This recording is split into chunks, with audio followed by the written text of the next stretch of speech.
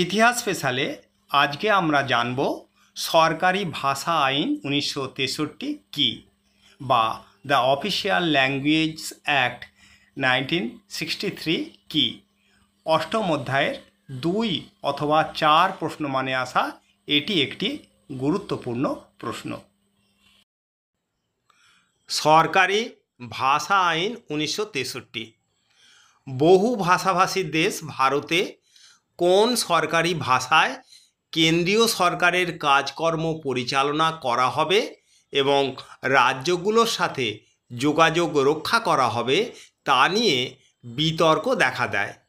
এমতাবস্থায় 1955 খ্রিস্টাব্দের 7ই জুন বি.জি. খেরের নেতৃত্বে ভারতে প্রথম সরকারি ভাষা কমিশন গঠিত হয়। 1956 খ্রিস্টাব্দে কমিশন তার রিপোর্ট পেশ করে। সরকারি ভাষা কমিশনের রিপোর্টে বলা হয় যে 1. দেবনাগরী অক্ষরে লিখিত হিন্দি ভাষা হবে সরকারি ভাষা এবং 1965 খ্রিস্টাব্দের 26শে জানুয়ারি পর্যন্ত সরকারি কাজকর্মে আগের মতোই ইংরাজি ভাষার সঙ্গে হিন্দি ভাষা ব্যবহার করা হবে। 2. 1965 খ্রিস্টাব্দের 26শে জানুয়ারির পর হিন্দি ভাষাই হবে ভারতের সরকারি ভাষা এবং 3. রাজ্যের বিধানসভাগুলিকে সেই রাজ্যের সরকারি ভাষা কি হবে তা নির্ণয় করার অধিকার দেয়া হয়। সরকারি ভাষা কমিশনের এই সিদ্ধান্তের বিরুদ্ধে দক্ষিণ ভারতের অহিন্দিভাষী রাজ্যগুলিতে তীব্র প্রতিক্রিয়া বা বিক্ষোভ দেখা দেয়।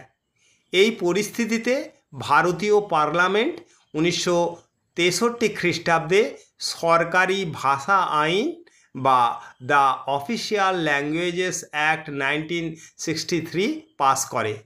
এই আইনে বলা হয় যে 1.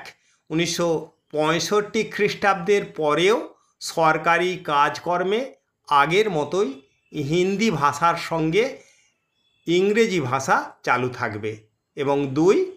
বিভিন্ন রাজ্যের বিধানসভা তাদের নিজ নিজ রাজ্যে সরকারি ভাষা কি হবে তা ঠিক করবে। তবে 1960-এর দশকেও ভারতের এই ভাষা সমস্যার সমাধান হয়নি।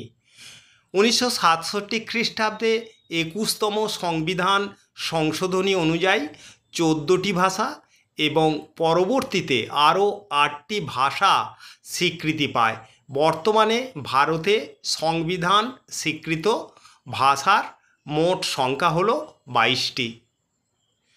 আমাদের ভিডিওটি যদি ইনফরমেটিভ হয়, তোমাদের ভালো লাগে, তাহলে আমাদের চ্যানেলটি সাবস্ক্রাইব করে বন্ধুদের শেয়ার করে এবং কমেন্ট করে আমাদের পাশে থেকো। পরবর্তী ভিডিওতে আবার দেখা হচ্ছে।